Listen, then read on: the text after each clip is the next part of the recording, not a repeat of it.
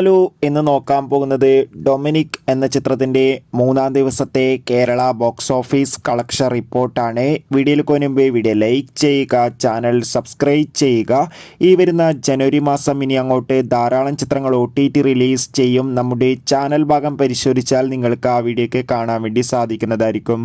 മമ്മൂട്ടി, ഗോകുൽ സുരേഷ് എന്നൊക്കെ പ്രധാന കഥാപാത്രങ്ങളായ ചിത്രമായിരുന്നു Dominic and the ladies purse.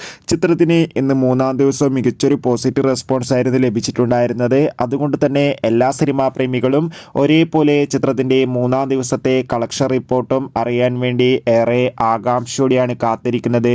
Finally അങ്ങനെ കാത്തിരിപ്പിനൊടുവിൽ ഡൊമിനിക് എന്ന ചിത്രത്തിന്റെ മൂന്നാം ദിവസത്തെ ഏറ്റവും പ്രധാനപ്പെട്ട കേരള ബോക്സ് ഓഫീസ് കളക്ഷൻ റിപ്പോർട്ടൊക്കെ ലഭിച്ചിട്ടുണ്ട്. മൂന്നാം ദിവസമായി ഇന്നലെയും ചിത്രത്തിന് മികച്ചൊരു ബുക്കിംഗ് ആയിരുന്നു നടന്നത്. അതുകൊണ്ട് തന്നെ ഇന്നലെ ശനിയാഴ്ച ദിവസം മാത്രം ചിത്രത്തിന് ഏകദേശം 1.5 കോടിക്കടുത്ത് വരെ കളക്ഷൻ നേടിയെടുക്കാൻ വേണ്ടി സാധിക്കുമെന്നാണ് ട്രാക്കിംഗ് റിപ്പോർട്ടുകൾ സൂചിപ്പിക്കുന്നത്.